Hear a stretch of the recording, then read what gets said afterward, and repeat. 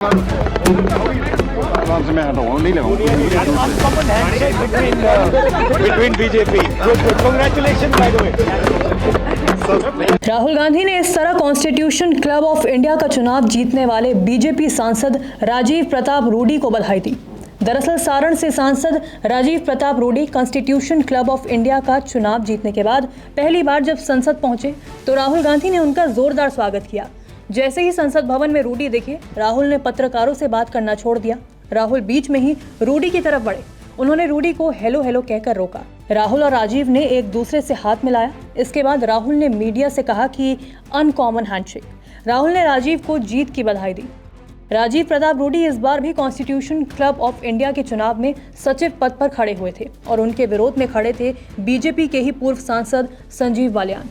संजीव बालियान के समर्थन में तमाम नेताओं ने बयान जारी किया। ऐसा कहा गया कि गृहमंत्री शाह से लेकर निशिकांत दुबे तक तमाम बड़े नेताओं का समर्थन संजीव बालियान को हासिल था, लेकिन उसके बाद भी संजीव बालियान चुनाव नहीं जीत पाए और राजीव प्रताप रूडी ने एक बार फिर अपनी ताकत साबित कर दी।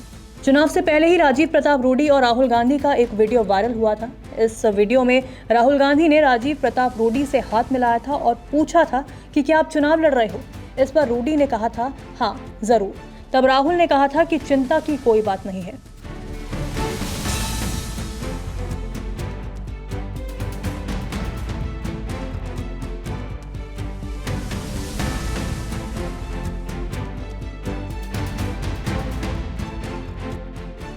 इसके बाद कॉन्स्टिट्यूशन क्लब ऑफ इंडिया का चुनाव हुआ और राजीव प्रताप रूडी ने जीत हासिल की। उसके बाद तमाम सोशल मीडिया प्लेटफॉर्म पर यही चर्चा होने लगी कि भाजपा नेताओं की पूरी ताकत के बावजूद संजीव बालियान चुनाव नहीं जीत पाए। वहीं दूसरी तरफ कांग्रेस नेताओं और दूसरे दलों के समर्थन से राजीव प्रताप रूडी ने चुनाव में जीत हासिल की। चुनाव जीतने के बाद राजीव ने तमाम नेताओं को बधाई दी।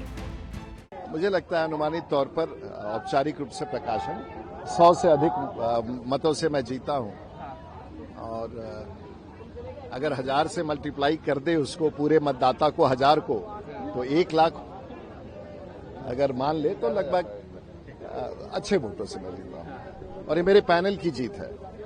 और मैं आभार व्यक्त करना चाहूंगा कि सभी पार्टियों के नेताओं ने इसमें भागीदारी ली। इसमें पार्टी का कहीं कोई स्वरूप उभर के नहीं आया और मैं समझता हूं कि जिस प्रकार से चुनाव के परिणाम तो ये एक ऐसे दल की राजनीति से हट करके सभी दलों के और मेरे पैनल में तो कांग्रेस के भी लोग थे, समाजवादी पार्टी के भी सदस्य थे, टीएमसी के भी सदस्य थे, निर्दलीय भी थे, तो मैं समझता हूं भाजपा के भी थे, कांग्रेस के भी थे, टीडीपी के भी थे।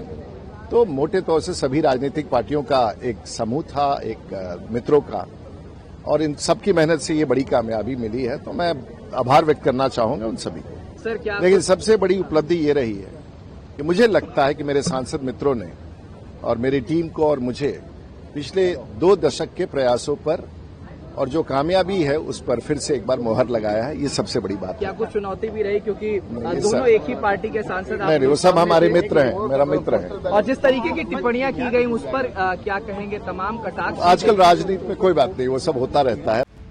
बता दें कि इस चुनाव के दौरान निशिकांत दुबे का भी एक बयान खूब वायरल हुआ था।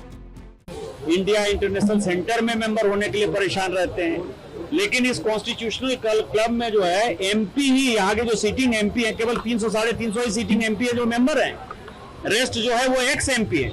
इसका मतलब कि क्लब की गरिमा जो है वो कहीं ना कहीं डिटोरिएट हो रही थी।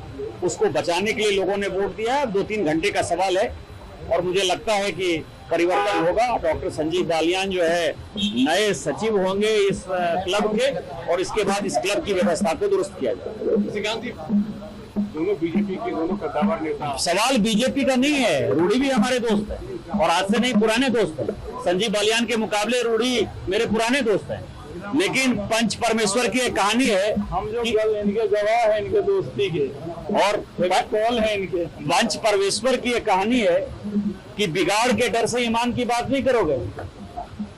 तो ईमान ये है कि ये क्लब केवल सांसद और पूर्व सांसद और उनके परिवार का है। इसमें आईएएस, आईपीएस, आईएफएस, पायलट, दलाल, इंडस्ट्रियलिस्ट उसका कोई जगह नहीं है, कोई स्थान नहीं है। हमारी महिला सांसद है, उसके लिए स्विमिंग पूल में जगह नहीं। लेकिन चुनाव के बाद राजीव प्रताप रूडी की जीत हुई और चारों ओर राहुल और राजीव की बॉन्डिंग की चर्चाएं हो रही हैं। इस पर आपका क्या कहना है, कमेंट कर जरूर बताएं। नमस्कार, मैं हूं मानक गुप्ता।